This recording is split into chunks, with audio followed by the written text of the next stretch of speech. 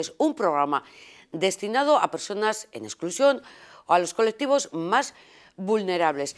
El programa se llama ADI, es un programa promovido por el Gobierno vasco y que coordina Txemi Santamaría, doctor, psicólogo y psicoterapeuta de pareja y de familia. Arratsaldeon, Txemi, muy buenas tardes. Hola, Arratsaldeon. Hablábamos la semana pasada, para situar un poquito también a nuestros espectadores, en un programa de educación emocional en el tiempo libre dedicado a chavales. Nos encontramos ahora con este programa ADI, dedicado a otro colectivo completamente diferente. Eso es, sí. Este es un programa que se pone en marcha en el mes de abril del año 2020, justo a raíz del confinamiento que se produjo en nuestro contexto, y sobre todo lo que quiere ser es un programa que ayuda a los colectivos más vulnerables a partir de ayuda psicológica, ¿no? En su momento era vía telemática porque no se podía salir de casa. Aunque en estos momentos combina las dos posibilidades, tanto la vía telemática como la vía presencial. Estamos hablando de cuántas personas, desde que comenzó el programa, esto es acabas de decirnos desde abril, están recibiendo esta ayuda psicológica. Pues mira, durante este año en total se han atendido a cerca de 300 personas, 300 personas fundamentalmente del territorio de Vizcaya, pero también tanto de Guipúzcoa como de Álava. ¿Y cómo se hace este proceso de ponerse las personas que lo necesitan en contacto con vosotros? Sí, bueno, hay múltiples vías. Hay una vía que es la más directa y es que, bueno, pues bien porque nos escuchan en medios de prensa, en televisiones, etcétera, personas concretas que se ponen en contacto con nosotros en, bueno, un teléfono que es el 688, ya voy a aprovechar para compartirlo, Muy bien. 688-768218. 688-768218, y es como la vía más directa. Y luego nosotros también trabajamos en colaboración con un montón de entidades, tanto del tercer sector, como pueden ser Cáritas, o incluso desde los servicios sociales de base, o desde la atención primaria de Osakidetza. Entonces, bueno, se ponen en contacto con nosotros porque entienden que hay alguien que encaja en este perfil, y a partir de ella nosotros somos los que llamamos a la persona. Precisamente ayer hablábamos con Carlos Vargos de Cáritas. Entiendo que eso es, que una persona se pone en contacto con ellos por otro motivo y a lo mejor ve que necesitan ayuda psicológica, y ahí es cuando os derivan, tanto Cáritas, Osakidetza, como algunas otras, ¿no?, que acabas de comentar. Sí, una de las cosas que hemos observado en esta situación de pandemia es que, aunque nos está afectando a todos, por supuesto, quienes están siendo los más afectados son los sectores de población más vulnerables. Entonces suele ocurrir como tú has dicho, ¿no? Hay alguien que tiene dificultad bueno, económica, etcétera, y quizá está en contacto con Cáritas, pero hay necesidades a otros niveles. Entonces, siguiendo con este ejemplo, pues nosotros sí que tenemos una colaboración muy estrecha con Cáritas, que aunque ellos tienen un servicio de apoyo psicológico, nosotros es como que complementamos esa tarea. Además de pertenecer a colectivos vulnerables, podemos reducir y decir incluso que las personas mayores también pueden ser las más necesitadas debido a la COVID-19. Eso es, cuando hablamos de colectivos vulnerables no solo nos referimos a personas que tengan dificultades socioeconómicas.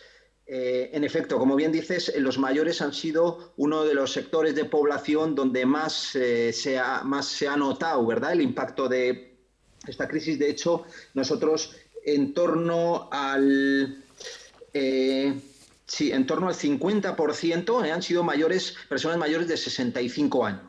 Ahora bien, no solo hemos atendido a personas de otras edades, y sobre todo, bueno, pues con otro tipo también de dificultades, sintomatologías relacionadas con la ansiedad, la tristeza, la soledad, etcétera.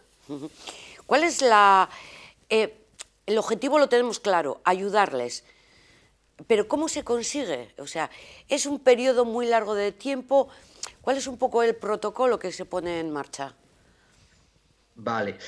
Cuando este programa se puso en marcha, claro, el punto de partida era una urgencia y una preocupación grande por parte de las instituciones, también de la Fundación Lagungo, de cómo respondemos a esta situación. Entonces se diseñó un dispositivo, el dispositivo ADI es una propuesta muy cortita en el tiempo porque son únicamente 4 sesiones las que se hacen con cada persona.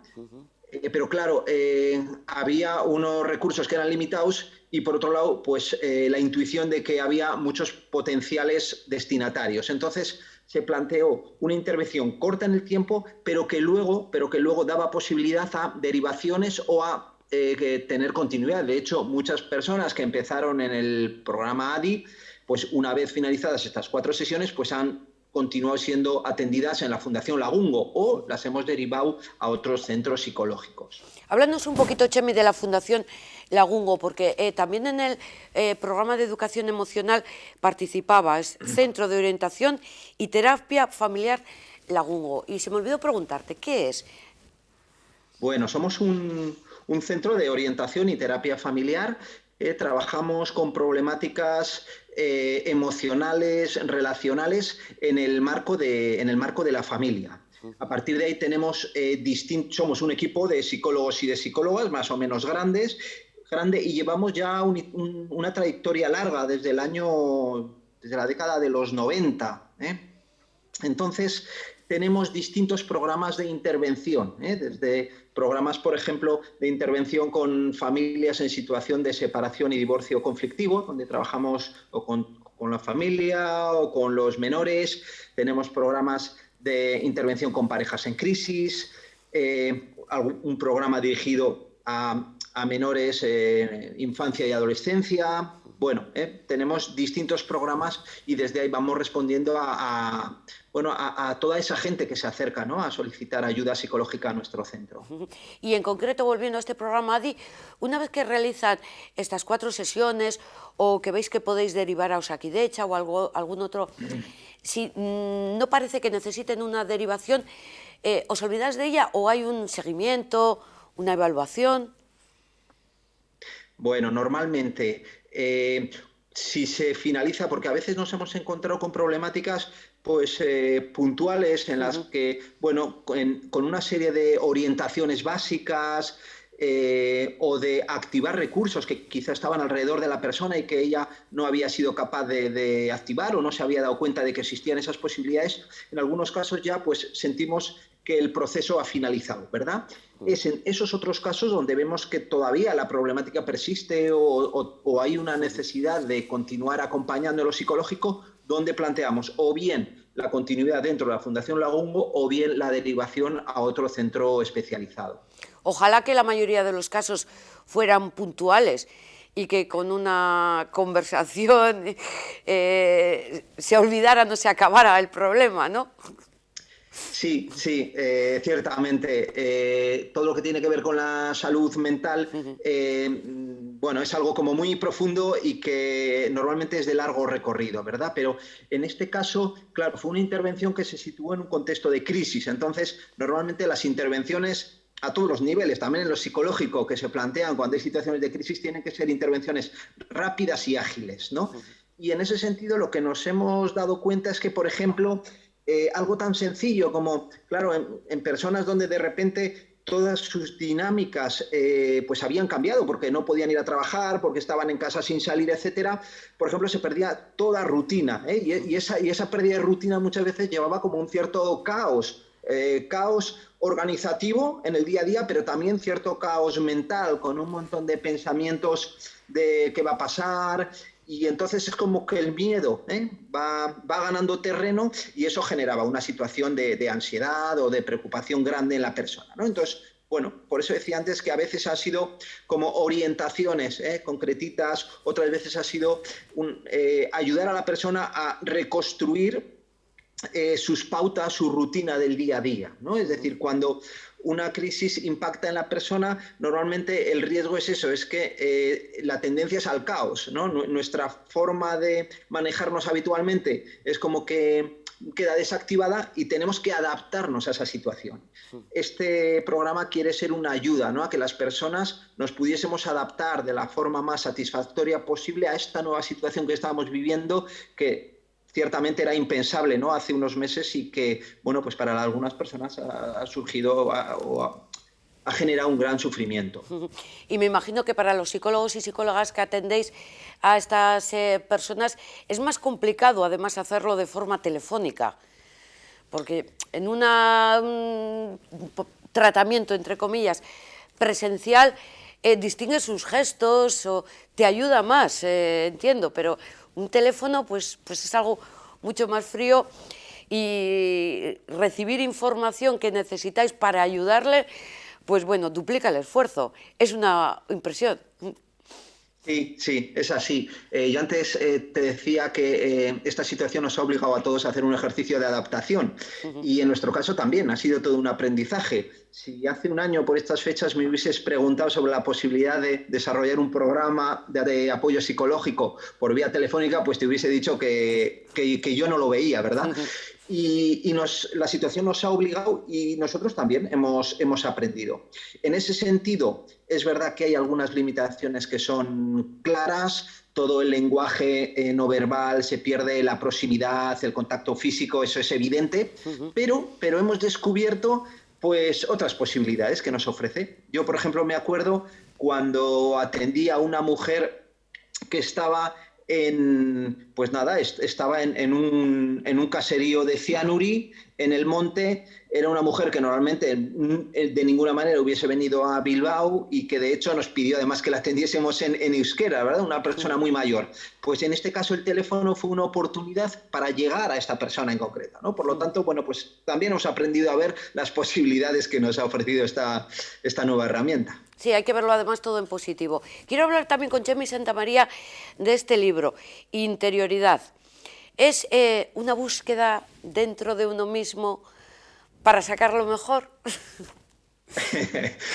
Bueno, es una búsqueda dentro de uno mismo. En ese sentido, creo que este libro conecta con toda una tradición que no es nueva. Quizá el título, la palabra es un neologismo, es nueva, ¿no? Interioridad, pero conecta con una tradición que viene muy atrás, ¿eh? En el pronaos del templo de Zeus viene, ¿no? Conócete a ti mismo. Por lo tanto, estamos hablando desde la Grecia clásica, ¿no? Ya se viene haciendo esta propuesta del autoconocimiento como una vía de crecimiento personal. Y en ese sentido, pues es un poco la invitación que plantea este libro, la vía del autoconocimiento. Decías tú en la segunda parte, para sacar lo mejor de uno mismo. Bueno, sí, para sacar lo que haya, ¿no? A veces lo que hay dentro es todo lo bueno y lo positivo, y a veces cuando miramos hacia adentro, hacia nuestro mundo interior, nos encontramos cosas no tan positivas que también están ahí, ¿no? El libro lo que propone es poder mirar todo esto, poder aceptar y acoger todo esto como vía de crecimiento personal, ¿no? Por lo tanto, pues también podríamos decir para sacar, ¿no? Para dar lo mejor de uno mismo. Pero para mirarnos dentro de nosotros mismos necesitamos tiempo que no lo dedicamos a eso. Eso es, necesitamos tiempo y necesitamos, querer también mirar hacia adentro. Yo creo que en ese sentido la cultura que nos rodea es una cultura que nos inunda de estímulos. Estamos hiperestimulados. Algunos autores dicen que estamos infoxicados, hay un exceso de información. No sé qué opinaréis vosotros, que sois profesionales de esto, ¿verdad? Pero coincidimos plenamente todos. Sí, ¿verdad? Sí, hay un exceso. Y entonces podríamos decir que nuestra atención, que es por medio de la atención, por medio de lo cual podemos observar lo que hay en nuestro interior, es como el haz de luz de una linterna. Por lo tanto, ¿qué es lo que nos pasa en nuestro día a día? Que este haz de luz atencional está enfocado hacia nuestro exterior. Lógicamente hay muchos estímulos que están demandando nuestra atención, el teléfono móvil, etcétera. ¿Cuál es la propuesta? Llevar este haz de luz atencional hacia adentro y tomar conciencia que aquí dentro están pasando muchas cosas. Algunas de ellas, claro, somos conscientes cuando son muy evidentes. Si yo estoy muy nervioso, no hace falta que yo mire hacia adentro, ¿no? Es como que ello solo se manifiesta. pero hay otro tipo de pensamientos, sensaciones, emociones, vivencias mucho más sutiles que si yo no tengo esta capacidad de mirar hacia adentro, es como que pasan inadvertidas. Hay tres momentos que marcas diferentes en el libro. Uno es, o pautas también, el de la reflexión, el de la meditación y luego el apartado más práctico, el de los ejercicios. Hay, por tanto, que llevar ese orden. ¿Y cómo estableces esta diferencia entre reflexión, meditación y ejercicios prácticos? Bueno, yo de alguna manera lo que pretendía en el libro es que fuese una propuesta teórico-práctica, es decir, estamos hablando del interior de las personas, por lo tanto es algo muy experiencial. Desde ese punto de vista me parecía que no era muy congruente plantear un libro que fuese una mera reflexión teórica. Hubiese podido hacerlo, ¿verdad? Pero quería combinar estas dos dimensiones, una dimensión más teórica que ayude como a, desde la parte más conceptual, aclarar algunas claves, etcétera, pero luego también en un segundo momento, en el medita, intentar llevar todo esto a la práctica y acabar con un tercer paso que es el más práctico, el de los ejercicios, donde yo, bueno, pues propongo, sugiero pequeñas herramientas para poder autopracticar. ¿Es un libro de autoayuda, Chemi? Bueno, la autoayuda a veces entre los psicólogos tiene un sentido un poquito, no sé cómo decirlo, a veces peyorativo, pero es verdad que últimamente han surgido muchos libros cuyo objetivo es ayudar a la persona, ¿no? Bueno, yo creo que es un libro para acompañar procesos de las personas en el que, bueno, pues ahí las personas van a encontrar herramientas concretas y reflexiones generales que les ayuden como a llevar esa linterna que decíamos anteriormente hacia adentro y tomar conciencia, ¿no? Y desde ahí vivir con un poquito más de sentido también su día a día, que es una de las grandes direcciones también que marca el libro. Todos buscamos ayuda para sentirnos más felices, para sentirnos en paz. Esta ayuda es mejor buscarla en el exterior, buscarla de los amigos, de los compañeros, de la familia, o buscarla dentro de uno mismo. Vale. Bueno, yo creo que son dos niveles de ayuda necesarios, imprescindibles, diría yo, pero distintos. Estamos como en distintos niveles.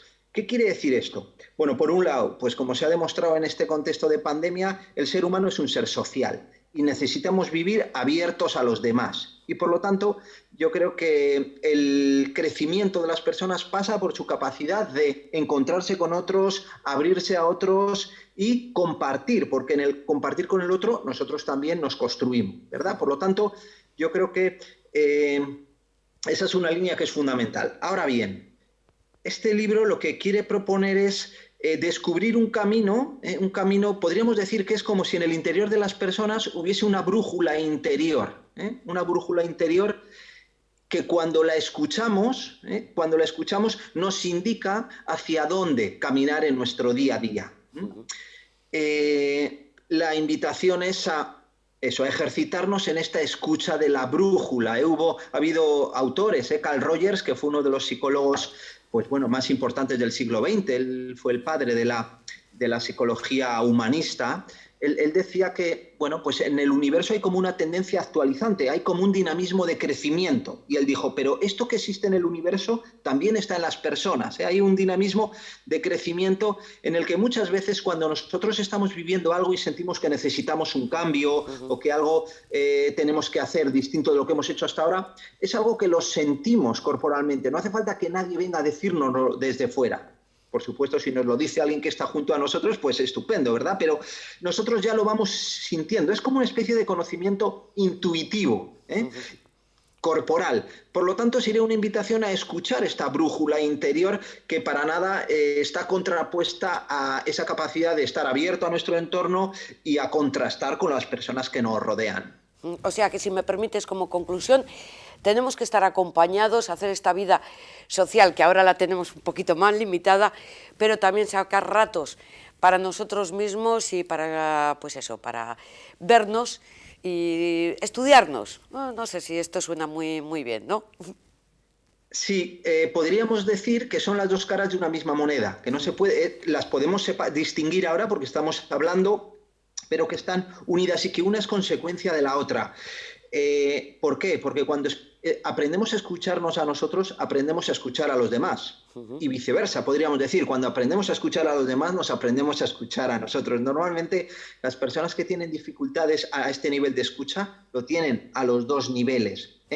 Y de alguna manera, cuando uno va hacia adentro y descubre esta brújula interior, uno de los primeros descubrimientos que hace es que está profundamente interrelacionado con las personas que le rodean, ¿verdad? Esto es una intuición a la que además es estupendo porque yo creo que se ha llegado desde distintas religiones y desde distintas corrientes filosóficas, tanto las personas que hacen oración, de la tradición religiosa que sea, como las personas que se dedican a meditar, ¿no? Es decir, desde ese silencio profundo que, claro, en principio, desde una primera instancia podríamos decir, bueno, pero entonces nos alejamos, nos aislamos del mundo. Pues una de las intuiciones fundamentales que descubren estas personas es que están profundamente relacionados, no están separados, sino profundamente relacionados con el entorno, con las personas que les rodean.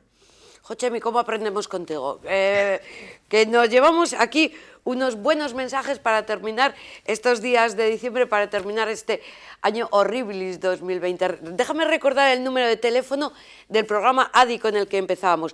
688-768218. Correcto, ¿verdad? Eso es, exactamente. Pues así que sepan nuestros espectadores, si necesitan ponerse en contacto con la Fundación Lagun y participar en este proyecto de ayuda ADI, pues también se pueden poner en contacto con nosotros y les transmitimos este teléfono.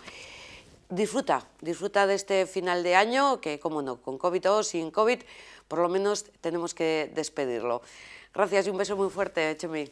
Muy bien, muchas gracias, igualmente. Feliz año nuevo, Urte Berrión, para Chemi Santamaría.